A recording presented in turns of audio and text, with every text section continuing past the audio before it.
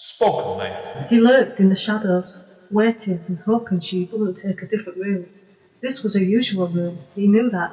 He knew her. Ghost of Me, the new book by Amanda Steele, can be found at Amazon, Kobo, Waterstones, and many, many other places. Hi guys, it's Andy N. Thanks today for downloading or streaming yet another episode of Spoken Label.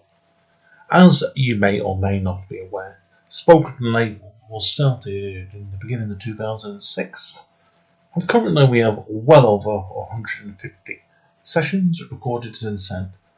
Although you can find it on various networks, the full archive is available for streaming and downloading at Spoken Label bandcamp.com. It is a free download or free stream in there, but obviously, if you feel like chucking me a few pennies that way, it'd be eternally grateful to help me keep this podcast going and keep improving my equipment, etc. Enjoy. Speak to you soon. Bye bye. Spoken Label. Hi guys, it's Andy N again, Spoken Label. On the travels today, up on darkest, deepest Whippington. I used to grow up around the corners of Malden Road West, and I used to have an ex-girlfriend that used to live down there, so it's been a great bit of fun trying to find where I am today, because I haven't been up this way for years. So I've got a lovely lady with me today, and this is thank you to Steve Smythe and Penny Sharman, because the friend I've got with me today, we were just talking before, weren't we? And I met you originally at Monkey Poets years ago, and you came down to Speakeasy last year, was it? Last year, I think, or maybe the year before. It's not that long ago. Yeah, so anyway, but obviously, it's a lovely lady. I'll let her introduce herself to everybody, and you can tell them who you are. And obviously, they might guess from your accent, you're not a local Manchester woman lady. Yeah. And tell everybody, obviously, where you started from your writing, and we'll take it from there. Yeah, so thank you for the opportunity. I'm Fokkina McDonnell, and when I ran away to sea, I worked for P&O for a couple of years, and then I called myself Flo, and I met a charming Irishman, married. He died very young, so I studied, and then I wasn't going to ask you about that. No, So. I moved up north, and when I was young, I enjoyed writing. I enjoyed reading books, and when I was a teenager, my role model was a Dutch writer. He's still alive, writes novels, short stories, poems, but he used to get good money for travel writing. And I thought that would be a wonderful thing to travel and get paid for it. And I've really got into writing poems through doing a course with the Open University, and had a little bit of early success in the late 80s, but I hardly read any poems by then. And because I'm from the Netherlands, the people I know were more European writers. Even Shakespeare was pretty unknown to me, and he probably still is, to be honest. And then I had a pretty tough period in my life, and I really got back into writing the beginning of this century through going to workshops with at a poetry school, and it was at the late Linda Chase. And then I started doing more workshops, and I've been doing a lot with Anna Peter Sansom of the poetry business. Yes. Because I can edit work on my own, but I find it very hard to get a poem written on my own. I really like the workshop environment, feeling safe and comfortable with people around. I can understand you completely there. It's like I don't get as much time to go to workshops as I used to. But it's a great feeling when you go to a good workshop and you come away with beginnings of 4 or 5 poems. That's right. And it's a great feeling straight away. Right. So So obviously, like you said, I know obviously you've had 3 collections published to date, haven't you? So do you want to tell us a little bit about each one? And obviously, they've all been published in quite a short period of time. That's right.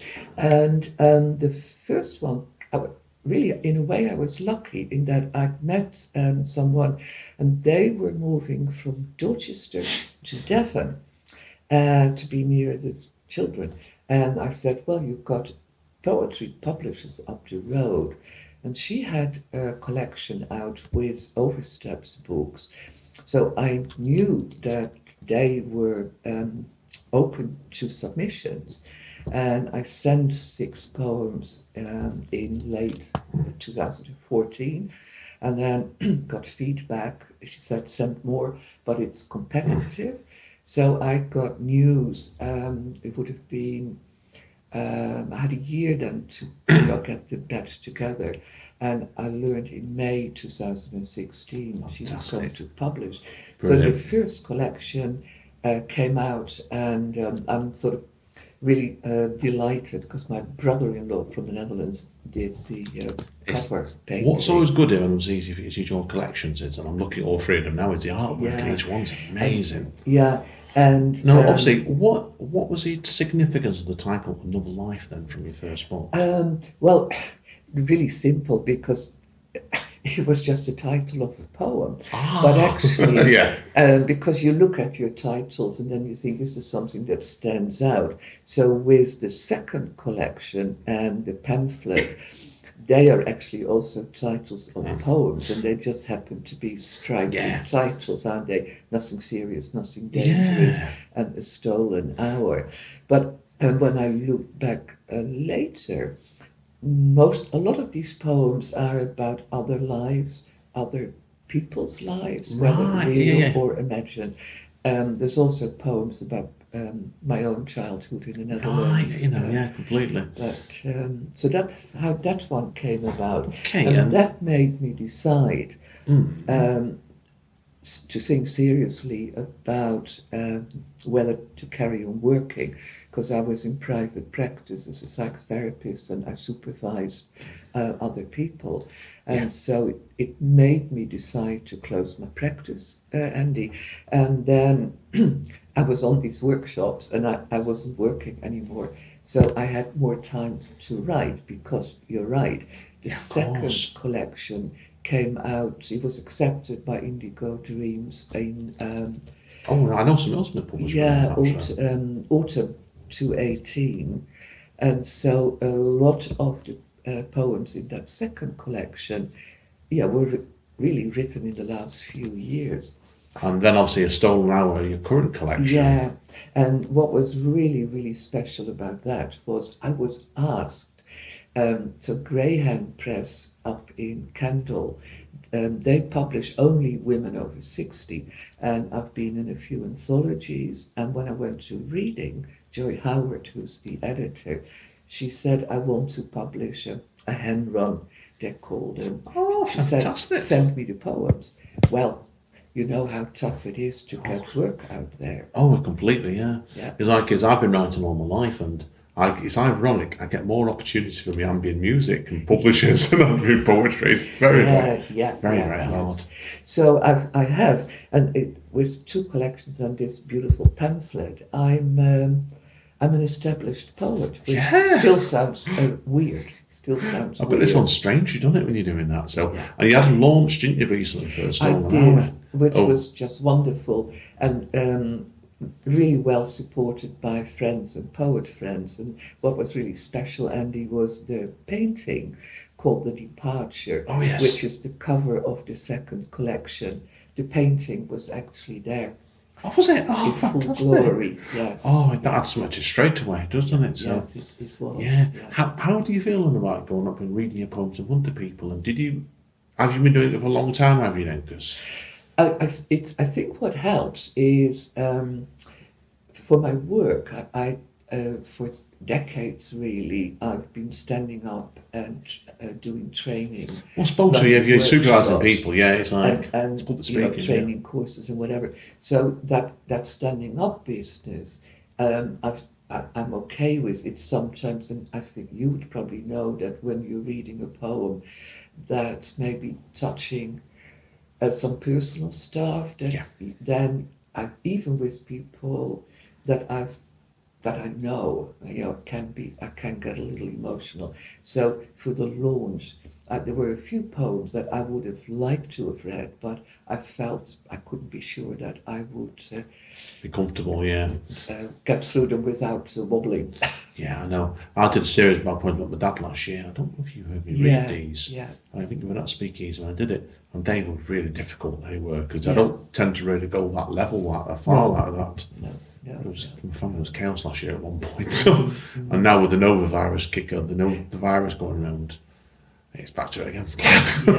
Yeah. That's why. So, but obviously, like I said, I know you're originally from Holland itself. You said, aren't you? So, Yeah. when you were in Holland, did you read much poetry growing up? Did you, as a child? Yes, some. And we had a sort of generation of writers, some who were internationally known.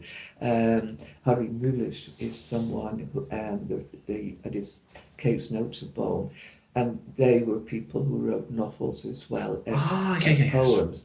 But then all the books that I had then, I just left them in Holland when I went to travel, and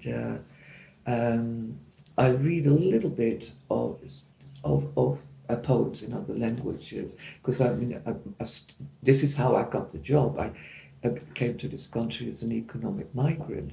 Oh, yes. Because P&O had the contract for the assisted passage. Right, So I had yes. the French, German, and the right, Dutch. yeah, okay, now I understand, yeah. But English is really my You my said language off now. mic before, you can't really remember a lot you touched now, can you? It's not good enough to write poems. It's barely good enough to read a quality newspaper, Andy. I've got a friend that lives in Cholton, it's called Naomi. She's an Italian lady, and she writes in about 4 different languages, poetry. And I don't know how she does it. No, because it's also the words. Some words don't exist in the other language, or they have a different meaning. So now I would like to, but I might be able to write a short story in Dutch, but I would not be able to write. So, it's the way language is used is different, isn't it? It that'd be like you could probably pick it up again, couldn't you? But without trying to write it is another ballgame. Yeah. Now, you said before, didn't you, about your writing pattern? Obviously, you write mostly start off in workshops, don't you? Yes. Now, you tend to be in Holland a bit part of the year, don't you, in a caravan? You're right, and I've just got the settled status, so I can remain in this country, but having the settled status means there's no restriction on the amount of time spent in the caravan. So whereas before I would probably only spend about 3 months there, I'm hoping this year to have most of April, September there. Oh, fantastic.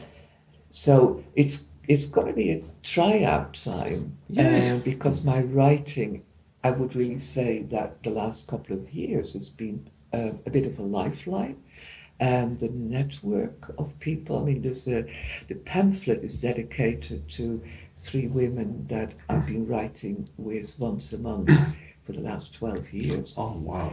So the people, and we're lucky in Manchester. I mean, there's so much opportunities going on, and you know it yourself, like I said, isn't it? There's Fat Roland's only one Saturday, and there was something like around about 30 different nights running in the Greater Manchester area. There must be, yeah. And there's so off mic, I'll give you a few recommendations and get yourself headline slots, because I know a few you should go to. Okay. I know about 3 definitely, so that's why, and then I'll give you some tips. So, but like I said, no, straight away, but there's so much going on in like it's when you go to Holland now, that'd be a different. I feel a bit nervous about it, really, because I think the location is fantastic. I'm a couple of miles from the Hague, a couple of miles from the beach. So, but whether I can keep in touch with my writing, I'll just have to see how it goes. Yeah. Even that'll take about 30 books down then, would you? That's straight away like it's. Yeah, the kind of people the kind of poets you think, if I had to be on a desert island, those would be the ones. That's why I look at it, because me and Amanda are that busy nowadays with creative stuff. We don't have a television anymore. We've actually got rid of it. No. We've got rid of the license. We don't need it. Yes. That's why. But I think when you're writing all the time, like because you've got a lovely flat here like this, It's like anyone see we say flat. I don't really describe it. It's just perfect writing environment. You can see. Yeah. When I came in, I saw a bookcase full of poetry books, and I thought, Yes. I thought straight away, serious writing. And some of those will have to be decluttered. But it's yes, I'm in that in that sort of place, and also it's sort of a strange feeling, Andy, because I've had the second collection out of the pamphlet, so that is 70 poems that have gone forever.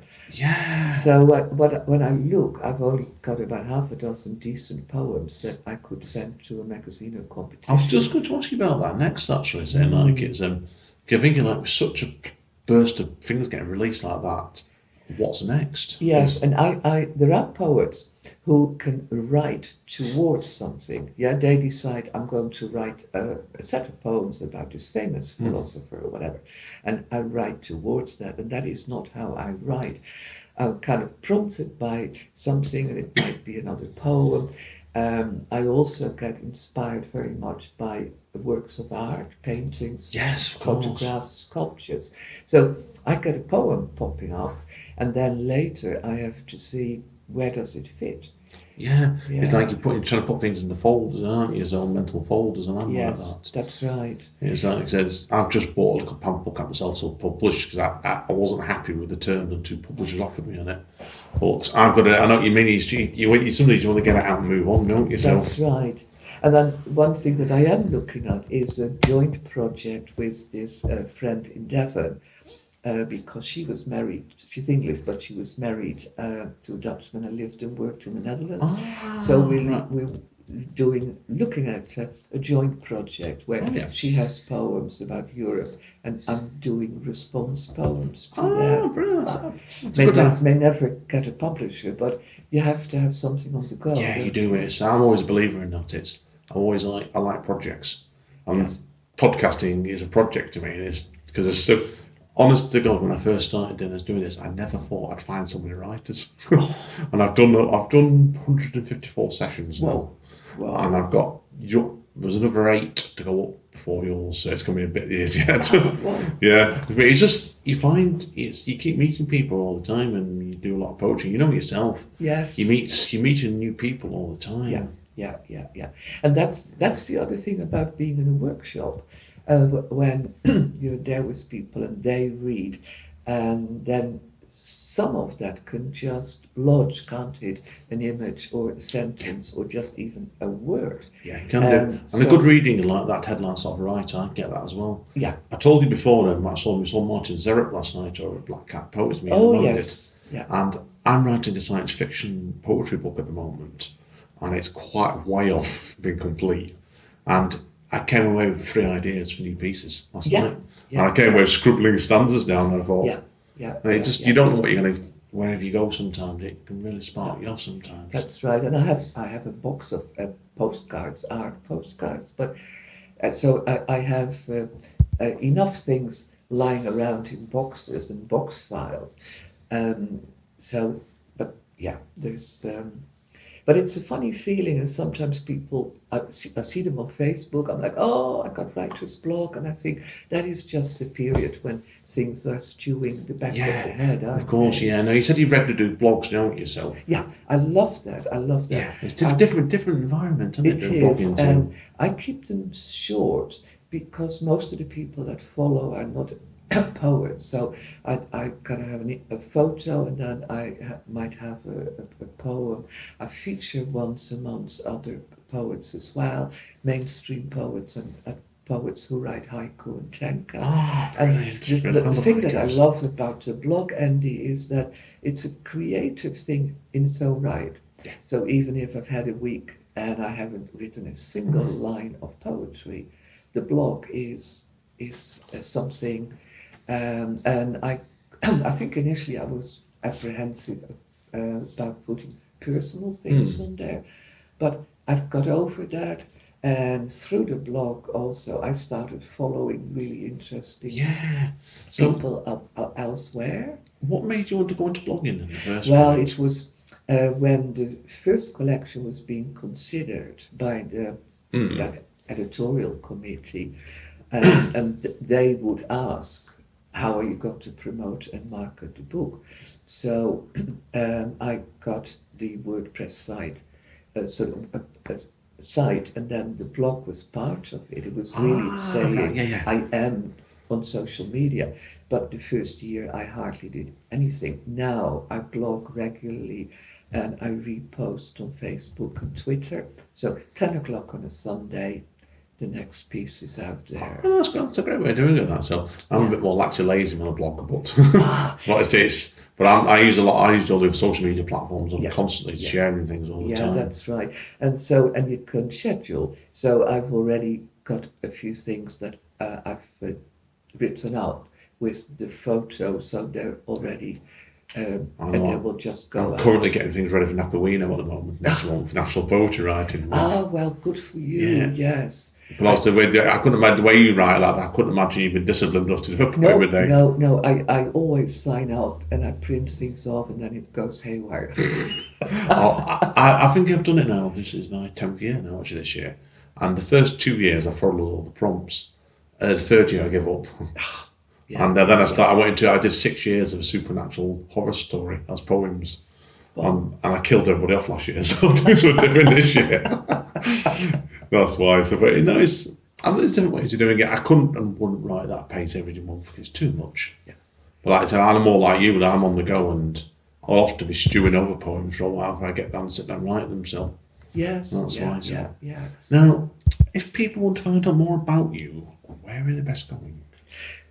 Well, the best place is to go to the site, and I bought a domain name last century because I have a thing about giraffes. Now they're trendy, but I had a thing about giraffes 30 years ago.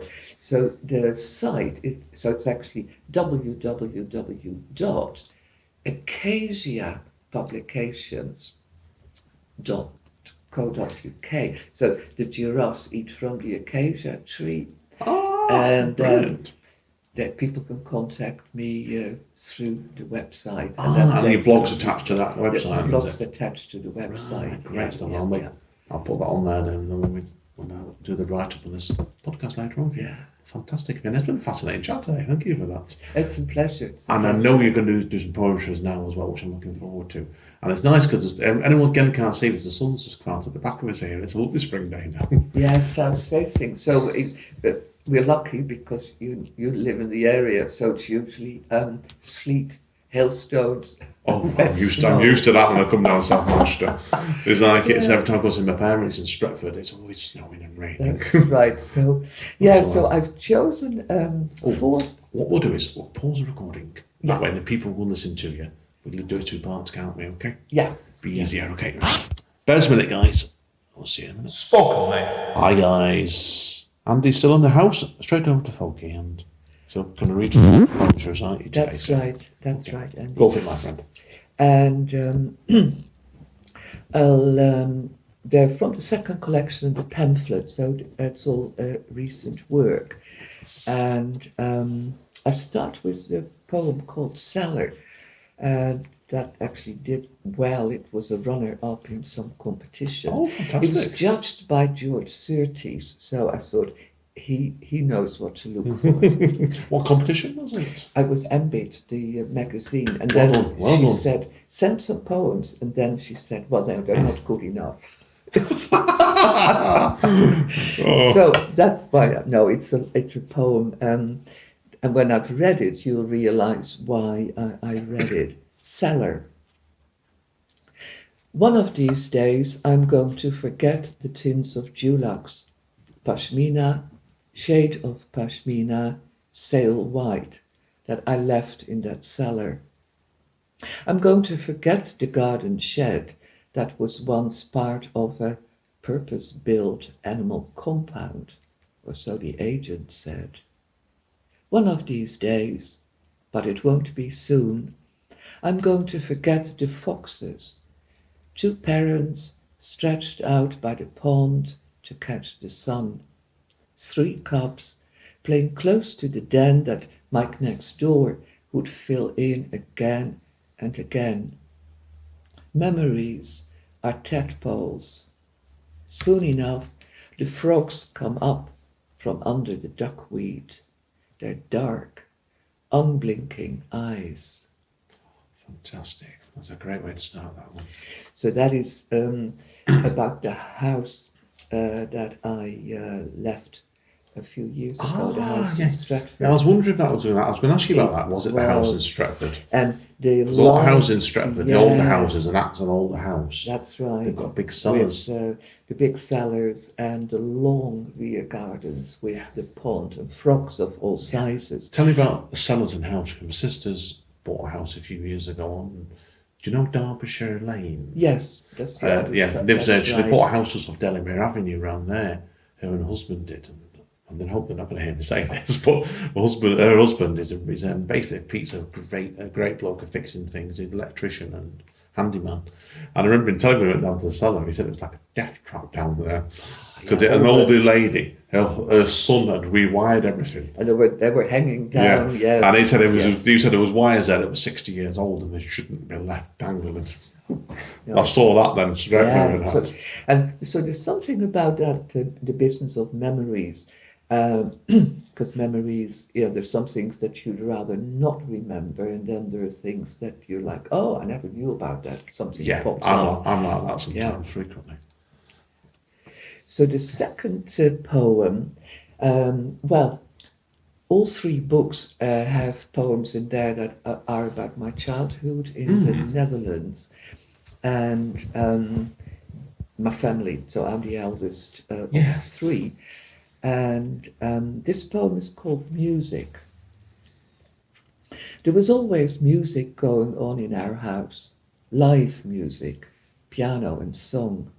The organ was down the road past the Catholics' houses. We were Protestant then, some of us anyway. There was always music in our house, Bach on a black piano and Brahms, Mein Mädel hat einen Rosenmund. My mother, the diva, practicing before her weekly lesson with the best alto in Holland, who kept a pet monkey. My father, with his piano hands, shaking his vigorous black hair. In our house there was always music. More often than not, it would be minor chords, discordance, long silence, above the empty bar lines. Yeah, I can see that straight away. I take it, who was the musical one in your family then? Both my parents were, so my father was a church organist and had conducted choirs, and then my mother was really a semi-professional standard. So they were obviously influenced on you in the creative side of things, if that was their writing. They were both creative people, and then my brother worked in the recording business, so he worked for Sony CBS, started as a sound engineer, worked his way up to heading up the manufacturing. So your whole family's creative and one way or another, aren't they? Yes. It always say when you meet writers and stuff, there's some element of it in the background. In my case, my family's not really creative, but my dad and my mum and my sister are all massive readers, and my brother is as well actually. So we're full family of readers. So that's my case came from that. So I think yours is something similar, isn't it? Between the creative side. There is, and I did a long time ago. When I sang in choirs, I as an adult, I got my grade 1 piano. Oh wow! Kind of like trying to compete with my dead father, that kind of thing. And then I gave it up because I just simply wasn't good enough. Because you went into writing and then instead we got a grade 1 in a writer instead. Brilliant. Okay, what's the third piece? Yeah, so the third piece is the title poem of the pamphlet, A Stolen Hour. Which is an intriguing title, isn't it? Yeah. Yes. So it's a more serious. Well, the other two are serious poems. I don't really write. People have commented that my poems are witty, but they're generally about serious topics with a dark edge, or I could even remember more doing than that. I could remember doing that dark edge. speakeasy last year. And you read Yeah. out 2 really serious pieces. Yeah. Then So a really here- witty one to finish off with. Yeah. Here's another sort of dark poem then. Brilliant. A stolen hour. 1 hour was stolen from the time behind you, the memory of it lost. Your shoes and socks are still there, waiting for you. Below, your parents take breakfast in a quiet kitchen. You were briefly married once, bought Christmas cards from the RSPCA. But even in the eyes of small dogs, you could not find an answer. In an empty parish church on the coast, the stale smell of tobacco lets you stumble backwards into that vestry with the church warden, his pipe, and his misplaced hands. Oh, misplaced hands. No, seriously. Excellent stuff again. Now, how do you find it when you write your poems? Do you find titles come quite easy, do you? Or is that something you do? They're usually the last thing, and you know, because you're right, they have to be intriguing enough for the person to want to read the poem. Yeah. And they can't be misleading, because then the person feels shortchanged. Yeah, you do. And they can't give too much away. So, titles are not easy, but they do come. Yeah. So, yeah. I've had that before. I've done books where I've some cases and I've not even titled the poem because I couldn't see a title for it. Yeah, and you know, I think if Tony, who am I thinking of? Not Tony Hoagland, the other American poet. The names are blank. But if he can call a poem just poem, then if it's good enough for him, it's good enough for us. I interviewed a writer in Cornwall last year. I'm not going to name him. And he used to call most of his pieces poem because he couldn't think of names. Yes, yeah. That's why. So I have one more poem, and that is so I worked as a psychologist in training and coaching, and for a period in the 90s I took assignments from a firm of solicitors. I was interviewing people at home who mostly had been in an industrial accident. Oh, yes. Some had negligence cases against hospitals, and I had to work out what their loss of earnings was. And this is based on a real person, but I have changed some of the details. Of course, protect the innocent and the guilty. So what you need to know is what quantum means, and that means an amount of money legally payable in damage. Yeah, I know a bit about that. Quantum. Fountains of pink fuchsia surround the tidy bungalow. His wife frets and fusses. Tea in china and chocolate biscuits. Bulging files with technical terms are squashed into a plain account. Rotating fan shaft, air ambulance, transfusion, operation, and skin grafts. The sun passes through the lounge. Apprenticeship, years of chimney cladding. Curling Kodak prints are evidence of his craft. He shrugs. I cannot lift my grandson. As the expert witness, I must calculate his employment prospects. 50-something, limbs half a mile, faded for sale signs, swaying in the high street.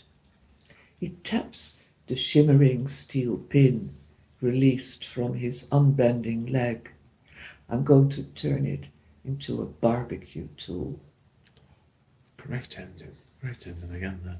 It's great at finishing it as well, so thank you for that, okay. It's been a brilliant session. I've really enjoyed that. So. I've really enjoyed it very much, Andy, and thank you for giving me the opportunity. This is Andy. I'm going to sign out. We're going to chat for a bit more, I think, here, so. Yeah. But speak to you all soon. Take care. Spoken Label. Thanks again for listening to another session of Spoken Label. Our full archive can be found over on Bandcamp at Spoken Label, that's one word, Spoken Label, full stop, bandcamp.com. And there is over 150 sessions there. So I'm sure that if you've enjoyed this session, there'll be something else there you can enjoy as well. Take care. Bye bye. Spoken Label.